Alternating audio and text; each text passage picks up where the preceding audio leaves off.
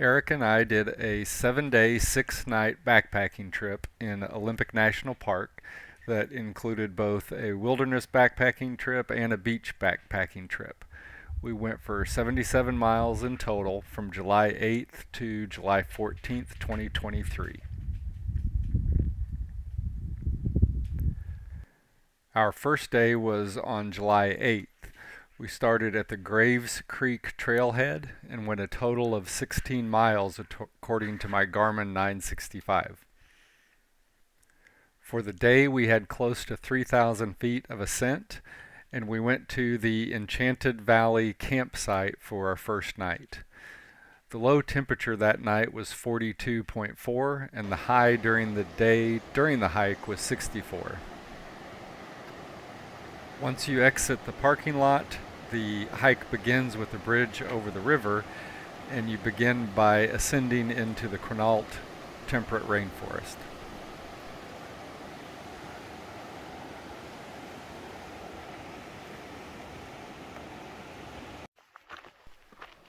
Early on, the trail splits into the Enchanted Valley route or the Graves Creek route. We were obviously going to the Enchanted Valley campsite area.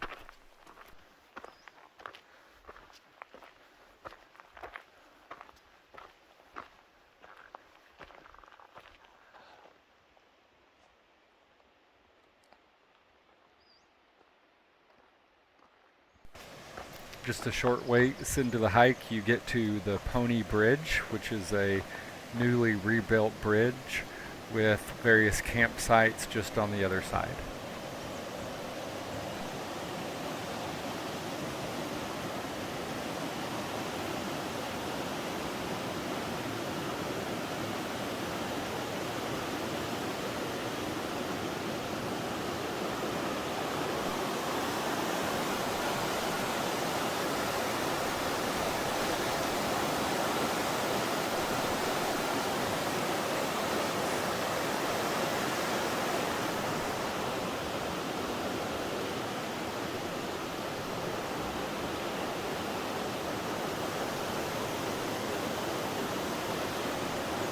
We saw a lot of wildlife on the trip, including 5 bear sightings that we got all on camera.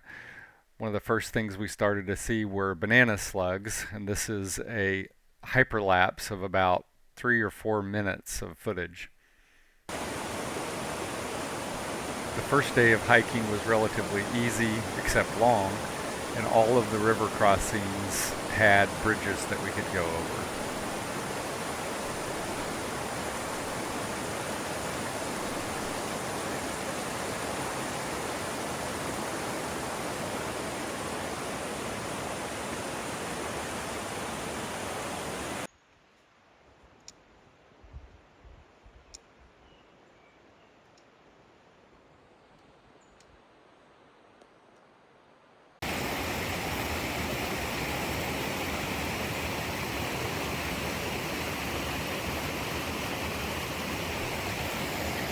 And it was very early on that we got our first bear sighting, with a bear crossing the trail right behind us.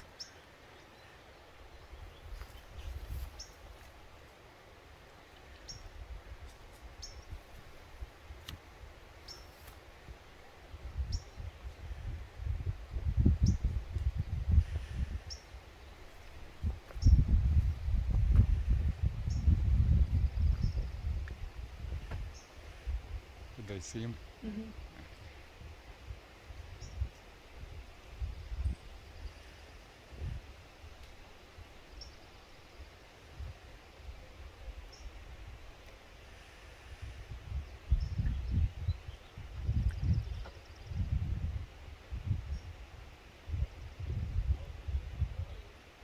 And as the bear continued on his way, so did we.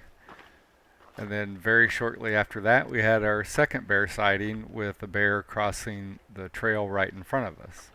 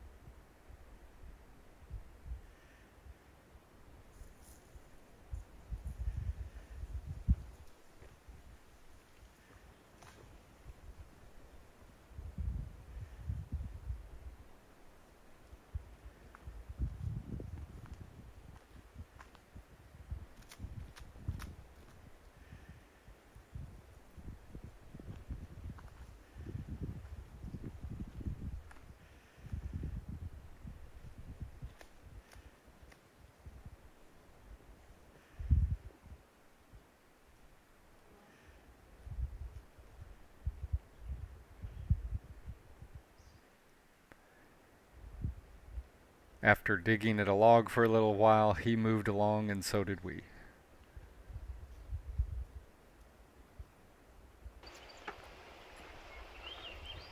After a pretty long hike with a lot of steady uphill, we entered the Enchanted Valley.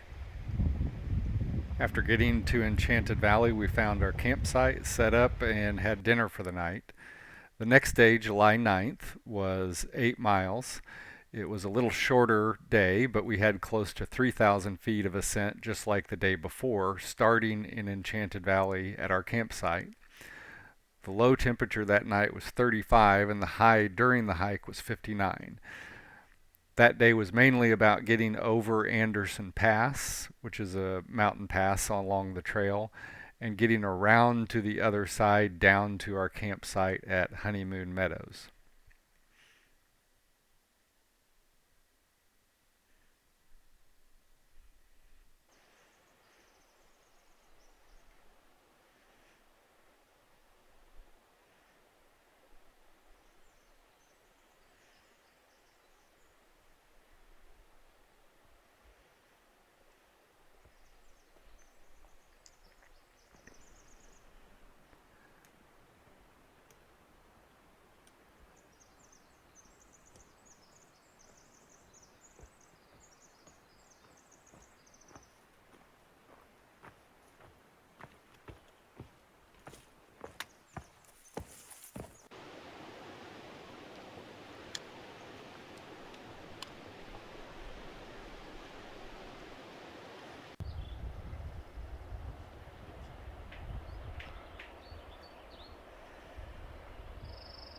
Along the way on the other side of the valley there was snow in several places, and where the water was running it would create snow caves that even from a distance looked pretty big.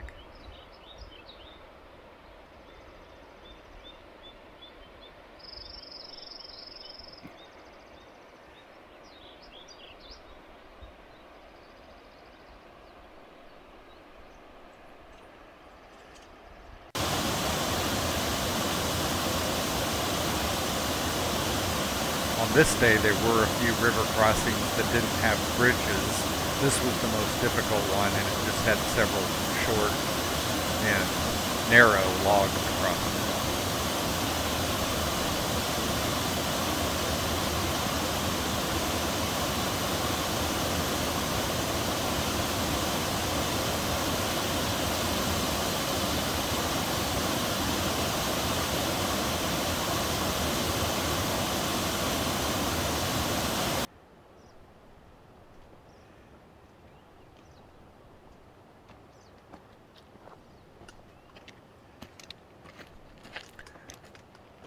So most of the day was just spent hiking up.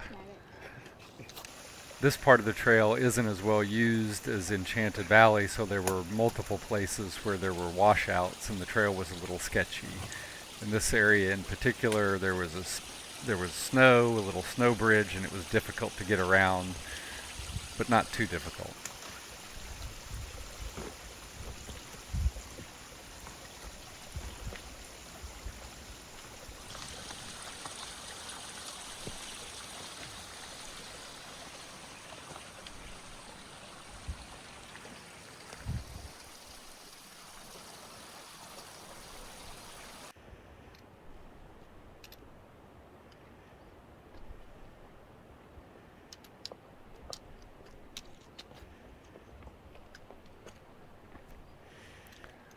After getting to Honeymoon Meadows, we set up camp and had our third bear sighting, although even with the zoom on, he was pretty far away.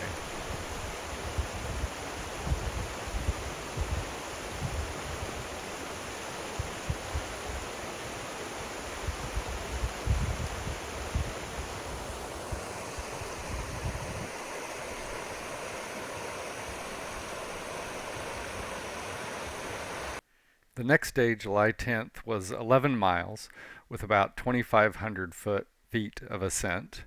The low temperature that night was 41 and the high during the hike was around 57. We started at Honeymoon Meadows, went up to Anderson Pass, And then for this day, we went up to the Anderson Moraine and explored up there and ate lunch, and then came back down and headed back to Enchanted Valley. I was keeping track of the temperature with a little temperature gauge that I carried on my backpack that was recording the temperature as we went throughout the days.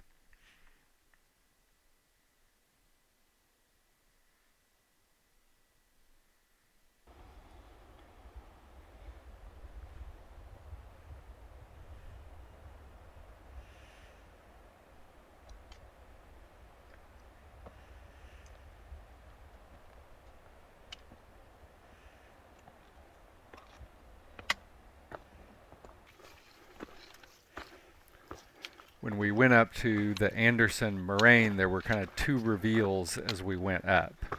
The first one was just to a small pond, but it was still pretty impressive.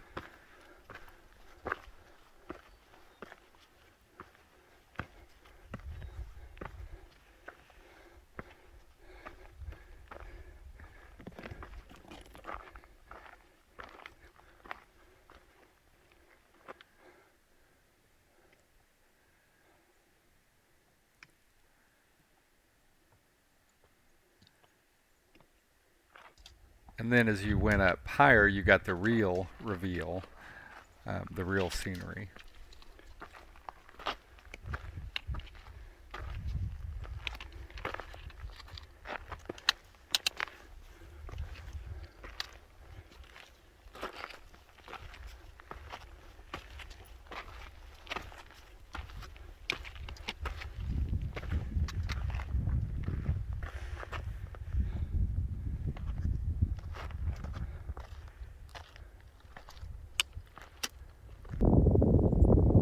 So we had lunch up at the top, and I decided I needed to go down and at least touch the lake, even though it was farther away than it looked.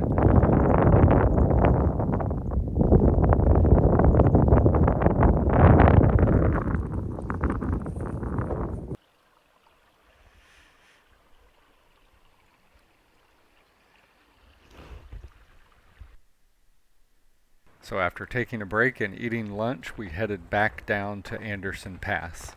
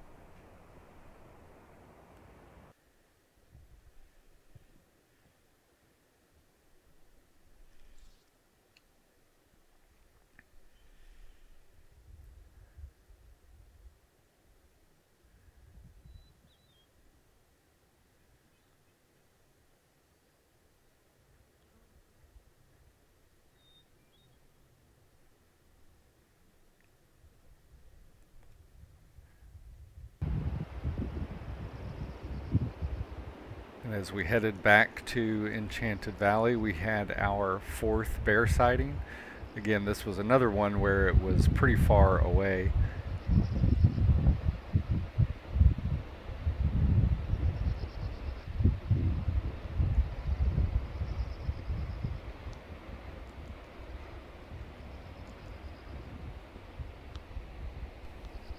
And so we just kept going down until we got back to the Enchanted Valley campsite.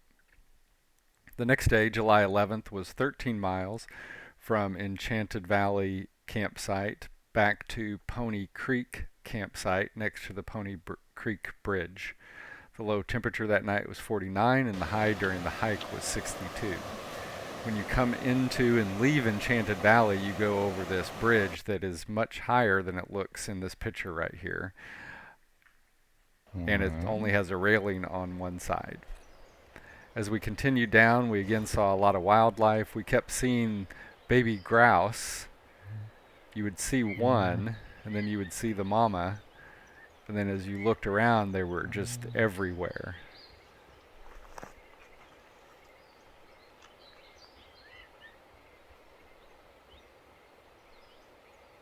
And then we had our fifth and final bear sighting. This one was just off the trail a little bit to the side.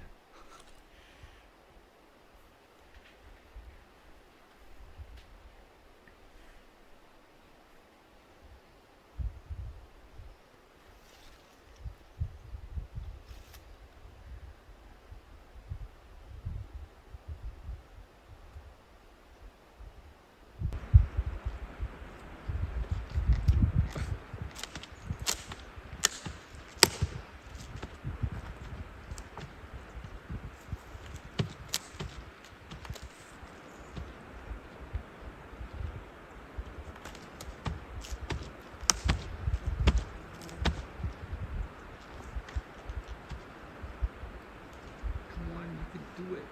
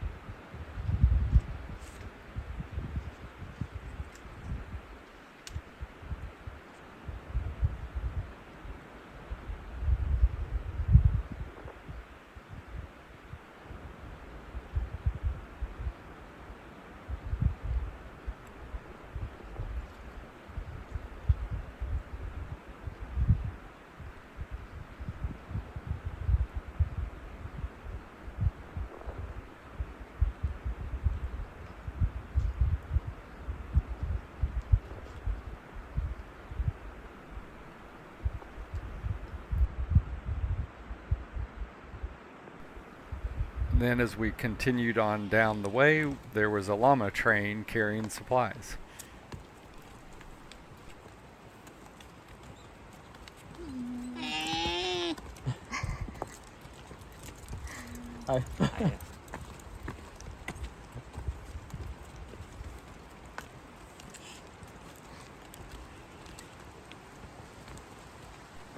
We got down to the Pony Bridge campsite area and made camp. We just prepared for the next day for a couple miles to get out of the Enchanted Valley and back to the rental car.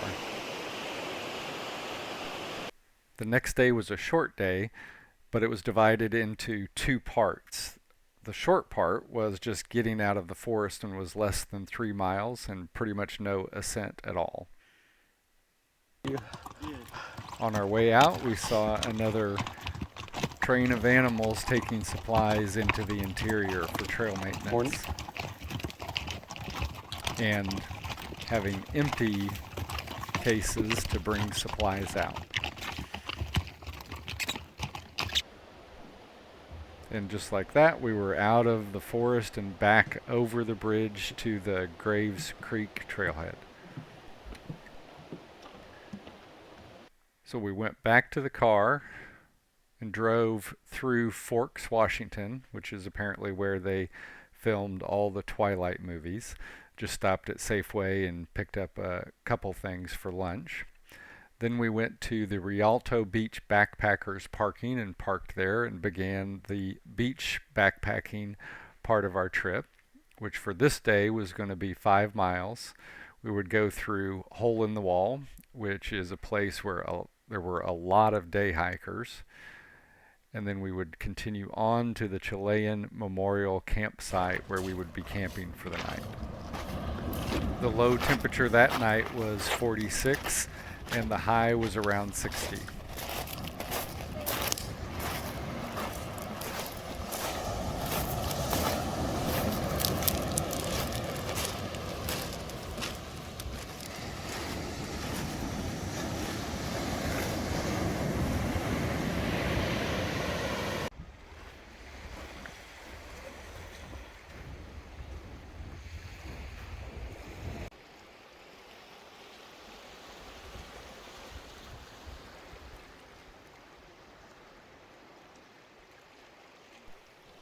When we received our permits, the beach part of the trip, they sent tide charts so that we knew when the tide would be going out and when it would be coming in. For us, for our trip, the tide was lowest in the mornings. There was kind of a second high tide in the early afternoon where the tide would go down again. So when we got to Hole in the Wall, the tide was low enough that we could actually walk through the hole on our way out.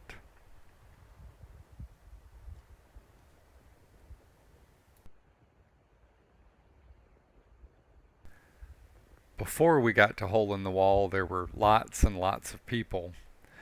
As soon as you get past Hole in the Wall, pretty much all the people just disappear. We only saw a few other backpackers, although they were pretty regular, but there were not hordes and hordes of people like there were between Rialto Beach and Hole in the Wall.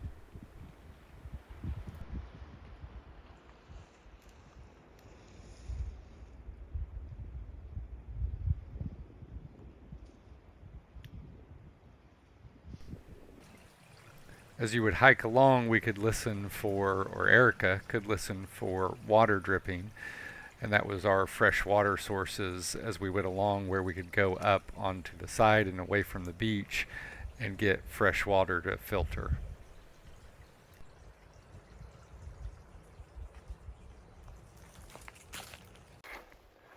Identify each bone. Several years ago, there was apparently a whale carcass that washed up. I think so. And so by now, it is just bones. And people, as they go by, have gathered up the bones and put them on this log.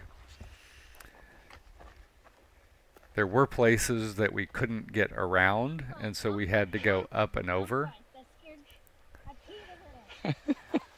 Each place where we had to go up and over had ropes to help us. This was the first one that we had to do, and by far the easiest.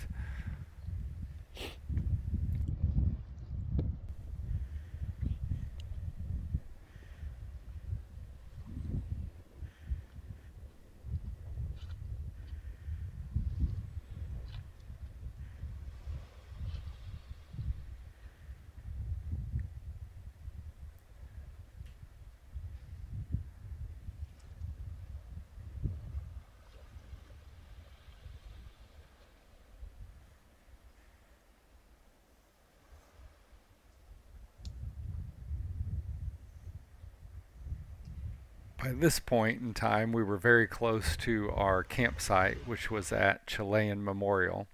So the next day, July 13th, was going to be 10 miles from Chilean Memorial. And there was a couple miles, which I'll talk about, which were all just bouldering and walking through rocks until we got to a beach. And then down to our planned campsite, which was Norwegian Memorial Campsite. When we woke up in the morning, the tide was at about at the lowest it was going to be during the day, and so we packed up and got ready. The low that night was going to be 46, and the high during the hike was 63 degrees. About the first 2 miles of this hike were both physically and mentally very demanding. All you were doing was walking over boulders, and depending upon how steep the edge was, they may be covered in seaweed or moss or still be a little wet from the night.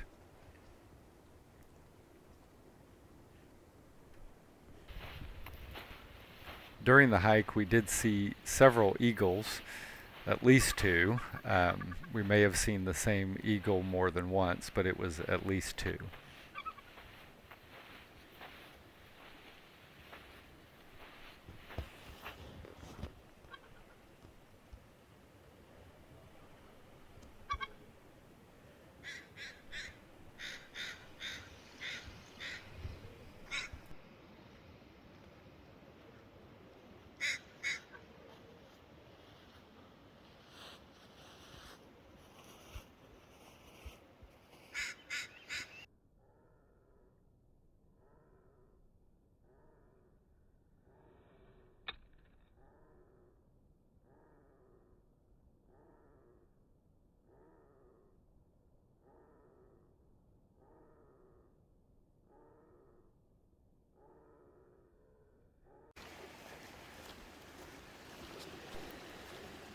When we finally got past all the rocks, most of the rest of the hike was on hard sand right next to the water, and so it was much easier hiking.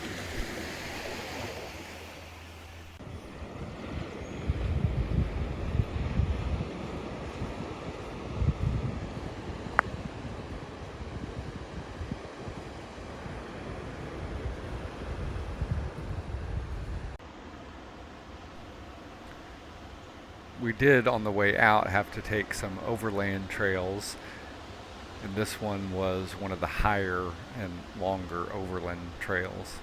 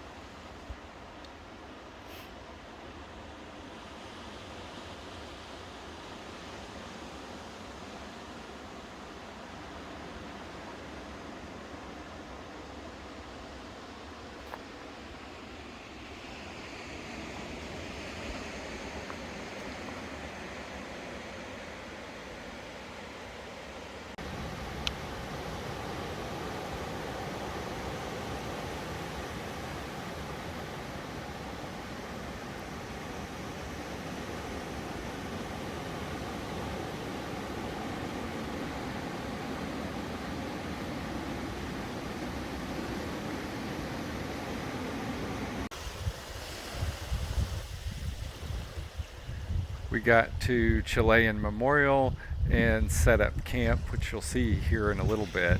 There was a fresh water source flowing into the ocean that had a lot of bird activity going on with pelicans and sandpipers and seagulls. We found a very nice campsite. Okay, so here's our restroom for the evening. And when we come over here, we're in the bedroom area.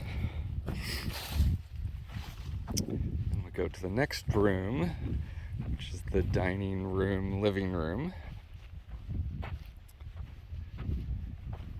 And then here's the back patio.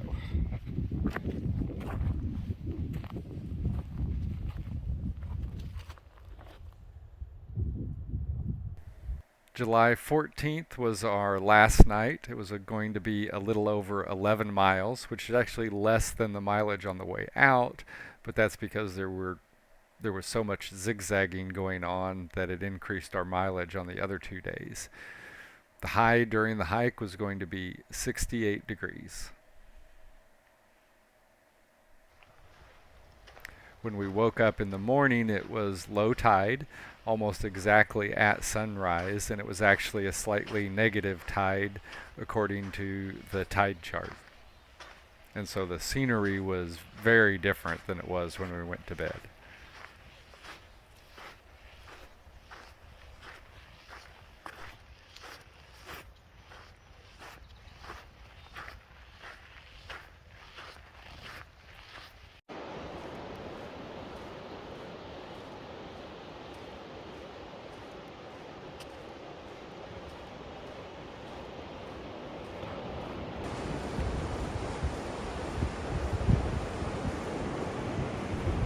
Along the way, we came across this eel which had been stranded by the tide. We tried to get him back in the water. Seemed to be still alive, but we went on our way.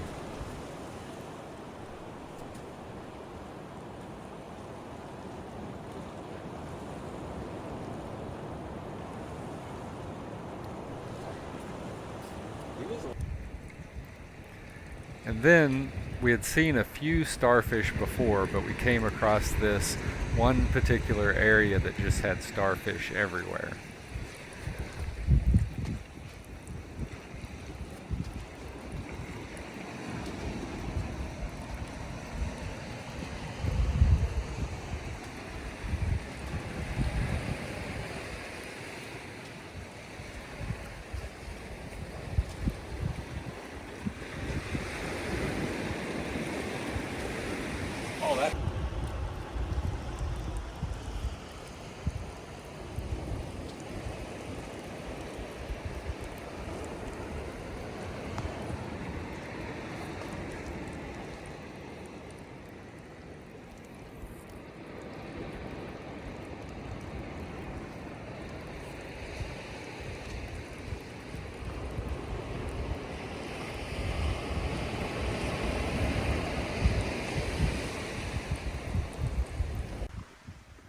since the tide was initially so low, we almost didn't have to do any overland trails, but we did have to do two. One relatively early on, and then another at Hole in the Wall.